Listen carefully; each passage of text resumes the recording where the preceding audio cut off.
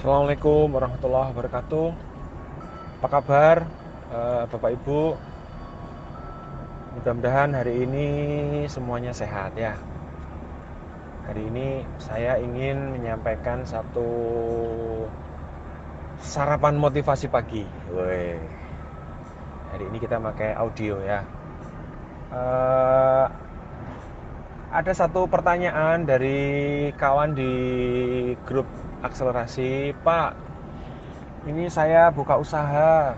Oke, bagus. Nah, tapi kemudian omsetnya bagus beberapa waktu, tapi kemudian kok sepi, nggak ada pembeli dan seterusnya dan seterusnya dan seterusnya. Apa ini? Terus harus bagaimana nih? Ya, jadi prinsipnya seperti ini. Bisnis itu ada levelnya, ya, ada berlevel-level. Level yang pertama itu ya memulai bisnis, startup bisnis atau tahap creation, penciptaan. Jadi waktu kita punya ide, punya semangat, punya motivasi untuk menciptakan bisnis, di situ biasanya kita itu sebenarnya adalah terinspirasi oleh usaha orang. Atau ada teorinya kan kayak ATM, amati, tiru, modifikasi. Oke.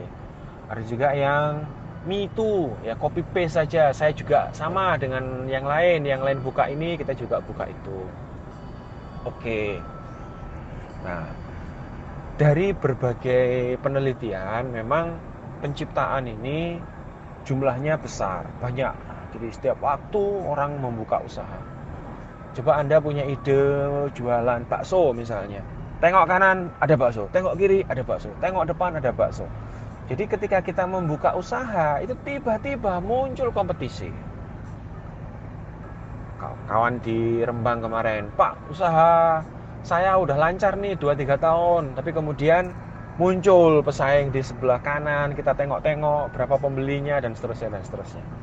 Jadi tiba-tiba ketika kita membuka satu jenis usaha, satu kategori usaha, tiba-tiba di kategori itu banyak sekali orang yang sudah bermain bahkan, atau muncul kompetitor baru. Kemarin juga ya di Jawa Tengah ada orang bikin kafe rame minta ampun setahun 2 tahun, tapi kemudian kanan kiri itu para sultan juga membuka kafe yang sama dengan modal miliaran, lalu tiba-tiba kafe kita kehilangan market. Nah, jadi teman-teman di tahap creation, di tahap penciptaan, di tahap memulai usaha, ya di tahap memulai usaha ini memang tahapan yang rentan, ya tahapan yang paling awal. Ibaratnya orang melahirkan berarti dia si usaha ini masih life cycle-nya itu umurnya masih tahapan bayi, baru mulai. Nah, di sini tentu persoalan-persoalan mulai ya, persoalan-persoalan si bayi usaha ini tentu banyak sekali. Namanya bayi ya disusui, jadi butuh biaya. Namanya dia masih balita ya dia butuh dirawat, nah pasti butuh pengasuhan, perawatan ya. Nah, sehingga kadang-kadang bayi itu si usaha kecil ini gemesi. Nah, konsumen banyak yang datang, pembeli banyak yang datang hanya di awal. Tapi kemudian market atau konsumen merasa tidak cocok dengan produk kita atau bisnis kita. Itulah persoalan memulai usaha, yaitu apa? Menemukan ceruk pasar. Jadi menemukan ceruk pasar. Pak, usaha saya kok tiba-tiba pasarnya kok surut ya Pak?